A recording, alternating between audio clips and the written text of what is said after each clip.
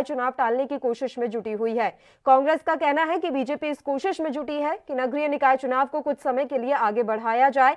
वहीं बीजेपी ने भी इस मुद्दे पर कांग्रेस पर पलटवार करते हुए कहा कि कांग्रेस के पास आरोप लगाने के अलावा कोई मुद्दा नहीं बचा है। कांग्रेस नेता चंद्रप्रभाष शेखर और पूर्व मंत्री राजकुमार पटेल ने शिवराज सरकार पर आरोप लगाते हुए कहा कि नए कृषि कानून। इस खबर पर तमाम जानकारी के साथ मध्य प्रदेश से हमारे संवाददाता शैलेंद्र पाराशर इस समय लाइव जुड़े हुए हैं। शैलेंद्र, आपसे पूरी जानकारी चाहेंगे। निकाय चुनावों को लेकर कांग्रेस को ये लग रहा है कि हो सकता है कि बीजेपी निकाय चुनावों को आने वाले समय के लिए टाल दे। क्या वाकई में ये शंकाएं अभी सही होती हुई नजर आ रही हैं?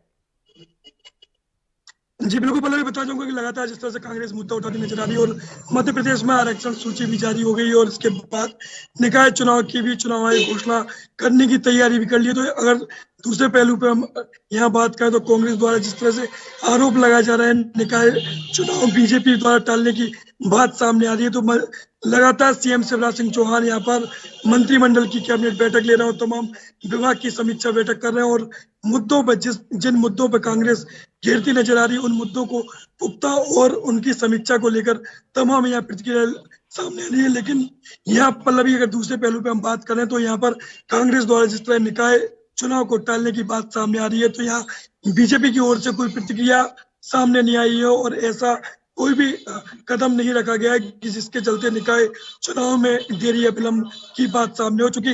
काफी समय चुनाव में यह चुनाव पिछले वर्ष होने थे, लेकिन यहाँ पर लॉकडाउन के चलते कोरोना काल में चुनाव डिले हुए हैं और वर्तमान स्थिति में चुनाव आयोग यहाँ पर निश्चित ही यहाँ चुनाव के लिए परिपक्व तरीके से तैयार है और आरक्षण सूची की जारी के बाद यहाँ कुछ ही समय बाद जल्दी यहाँ घोषणा भी हो जाएगी। बिल्कुल, तो कांग्रेस को ऐसी संभावनाएं क्यों लग रही है कि हो सकता है आने वाले समय के लिए निकाय चुनावों को टाल दिया जाए? कांग्रेस ये आरोप लगा रही है कि भारतीय जनता पार्टी जनता की नाराजगी से बचना चाहती है। ये कहा जा रहा है कि जिस तरह से अभी कृषि के कानूनों को लेकर जो बवाल मचा हुआ है, तो भारतीय जनता पार्टी को डर है कि इस बवाल के कारण वो चुनाव न हार जाए।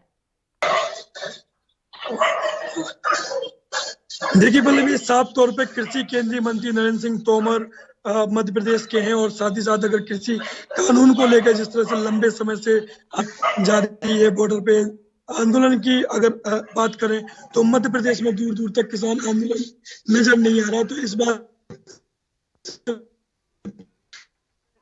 से पहले हम मध्य प्रदेश के बारे में बात कर रहे थे, जहां नगरीय निकाय चुनावों को लेकर इस समय बहस छिड़ी हुई है। भारतीय जनता पार्टी और कांग्रेस आमने सामने हैं और लगातार एक दूसरे पर आरोप लगाए जा रहे हैं। शैलेंद्र, कांग्रेस ने आरोप लगाया है कि मध्य प्रदेश की जनता परेशान है और गुस्सा है और उसका कारण यह है कि बिजली के दाम बढ़े हुए हैं, इसके अलावा पेट्रोल डीजल के दाम बढ़े हुए हैं और इसके अलावा रसोई गैस के भी दाम बढ़े हुए हैं।